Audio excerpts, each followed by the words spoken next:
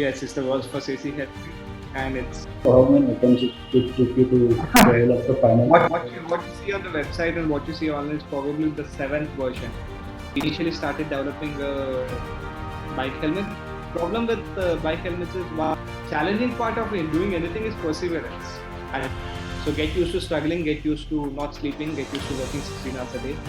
So be ready to fail, but fail fast. Hello everyone and welcome to our channel Aspirants around Jehan.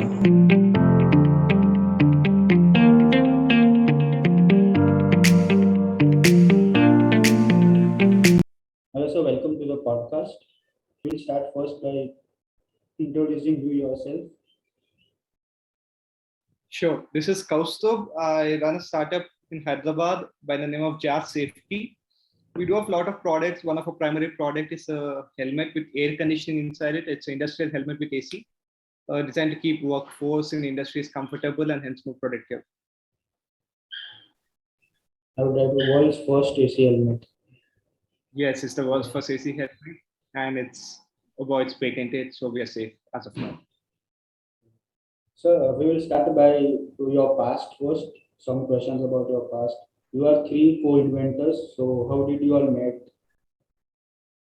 Yes, we're three people. That's me, Srikant, and Anand. We three are actually classmates in our undergraduation, and we used to do a lot of student projects when we were in college. And one such project was actually designing a hybrid vehicle.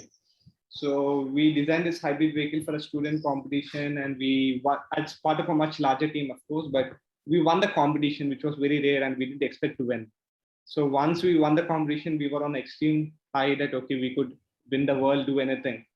So that helped us, or in fact pushed us, gave us the confidence to actually invent something, and we wanted to do something which didn't exist anywhere in the world.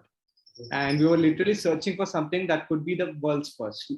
And that's when T-Hub and a lot of incubation came up in Hyderabad, and everybody was talking about ideation and ideas and stuff.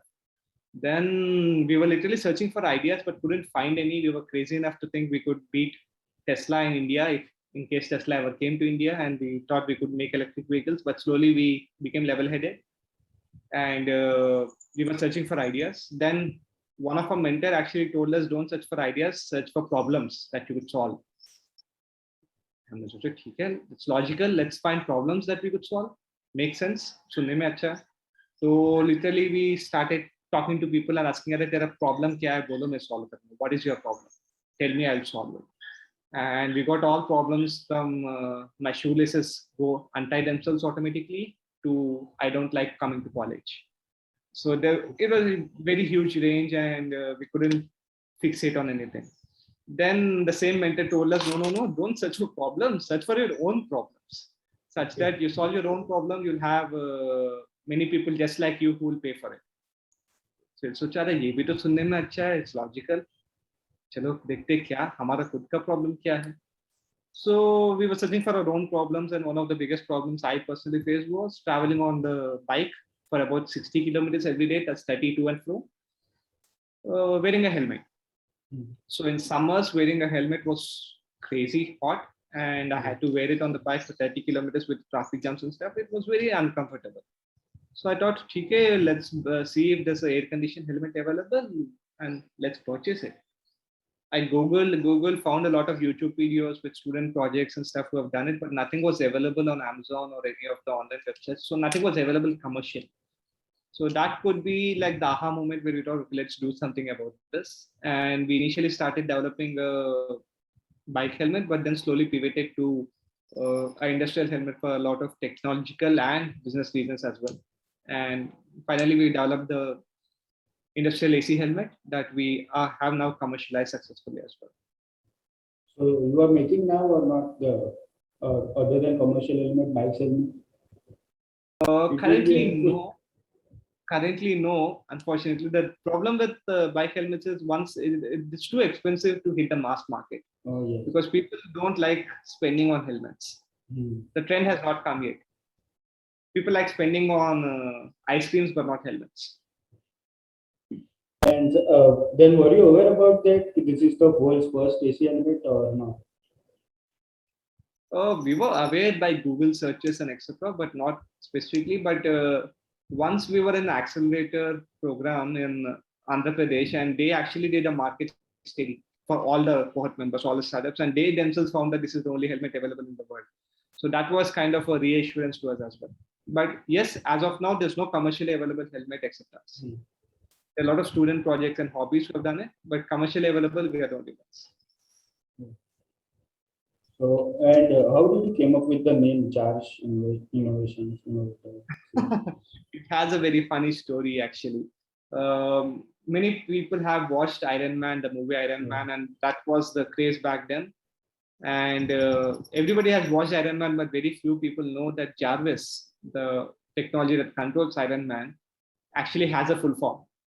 Okay. Jarvis actually means just a rather very intelligent system. Jarvis.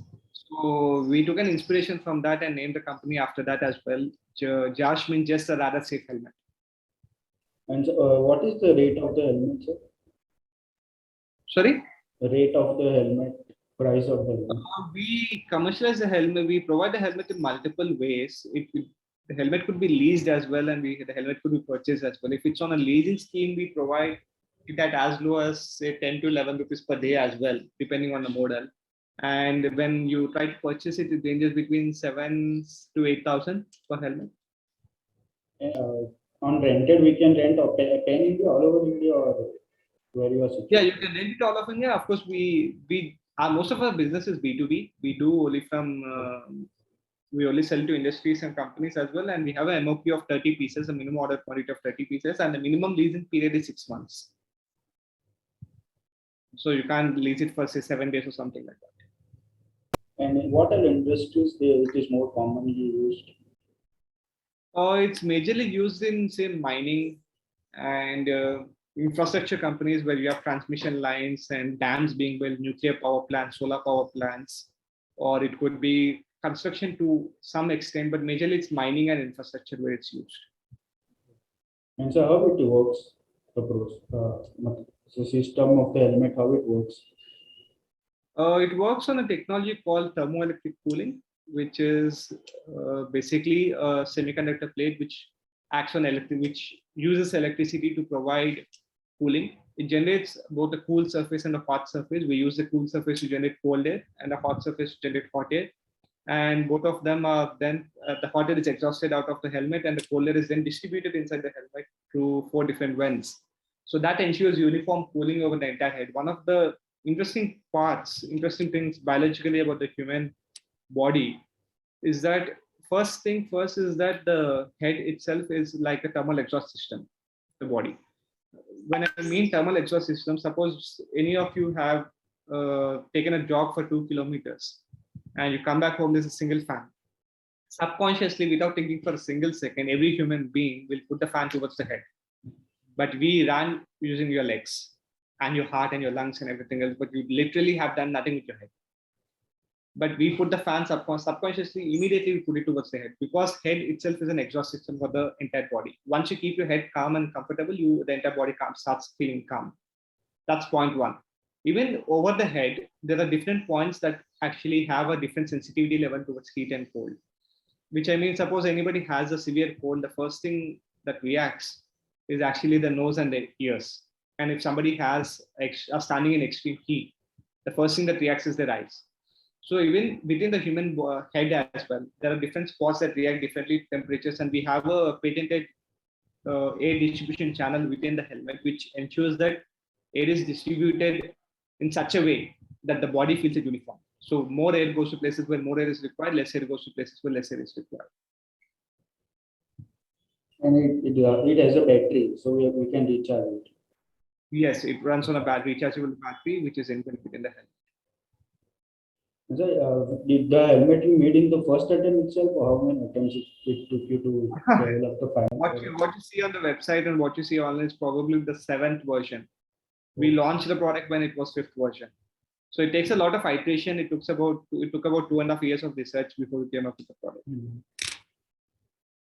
So you go through a lot of iterations before you come up. And what was the most challenging part about making the helmet? Or The challenging part of doing anything is perseverance. As I told you, it took up 2.5 years. So you have to trust the product, and it's not easy. And with the COVID shocks that all the businesses have received, it's first thing is the internal shock to us, and for us, the clients being other businesses, that's also a shock because most of the clients run out of money, and all kind of extra purchases are curtailed as of now. So that brings another challenge as well in terms of sales. So perseverance is the biggest thing. You have to trust in the idea or in the venture you have started. It's more like raising a baby. Once you have it, you have to nurture it, even though if it's blind and deaf. And anything so you regret or you would like to change? One thing I regret is not getting enough mentors who could guide us better. So mentors basically help you solve things faster rather than slower. So that could help you take better risks and more calculated risk and get things faster and more connections as well. If you want to name some of your clients or our customers. One of our biggest clients is L&T, Kalpataru Transmission, Kalpataru Power, Stellite Power, South Central Railway uses its products. Hopefully, Air Force is going to use it in a few months if all goes well. And we export the products to Dubai and Oman as well. We have distribution in the Middle East as well. And something about your future expansion. Are you launching new products or new versions of we have come up with a new product right now, which will be launching in probably 10 days. So please do stay tuned on our channels. We are launching it with a big conglomerate together in India. And it's going to be a national launch, probably around September 5th or September 7th. The date is not fixed yet, but you can stay tuned on our pages, and it's a very exciting product. I can't reveal about it too much right now, but it's going to be quite a big launch. And sir, about the startups, many are not aware how a startup works. So can you explain little bit about that? I want to ask that we hear many things that Tata gives finance to this startup or someone else gives finance to this startup. So how does it work? Any company, be a startup or an established company, could be financed in multiple ways. Most startups go for equity funding from either a venture capitalist or an angel investor or something like that. Equity funding is basically where you sell a part of your company to somebody else such that they become your business partner, and you sell it at a valuation higher than you do. For example, suppose you have invested 100 rupees and spent 2 years on this product, on the company. You could always say my 2 years worth of time is equal to 1,000 rupees. So the company is now valued at 1,100 rupees. That's me investing 100 and then my work of 1,000 rupees.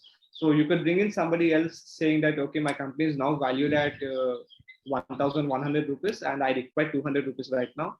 Why don't you give me the 200 and I'll give you 20% of the company. Okay. That's how any equity funding works. You could also go for, say, debt financing. Debt financing is basically where you get a loan, similar to how you take a car loan or a home loan and use that to finance the company. And if it's an innovative product where you have some kind of IP or patent protecting you, you can always apply for most of the government grants. And depending on the sector you're in, if you're in, say, biotechnology or clean energy or anything that has implications of national importance, it could have some kind of government grants and support that you could apply for and get. But that would generally be in the lower amounts and wouldn't support most of the company. So, sir, for Jarsh Safety, how did you got the finance for Jarsh? We do have angel investors on board. The last question would be your advice for the new aspirants.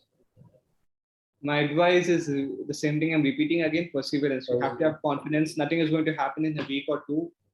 In the movie, be it Hollywood or Bollywood, Mark Zuckerberg goes from 0 to a billionaire in 2 hours, but nothing happens in 2 hours. It takes 5 years, 6 years, 10 years plus to actually see some kind of money flowing and some kind of establishment happening. Until then, you keep on struggling. So get used to struggling, get used to not sleeping, get used to working 16 hours a day, and probably something's going to happen. And even then, 99% fail. So be ready to fail, but fail fast. Thank you very much for giving your time. Thank you, Jehan, and all the best for your podcast as well. Thank you.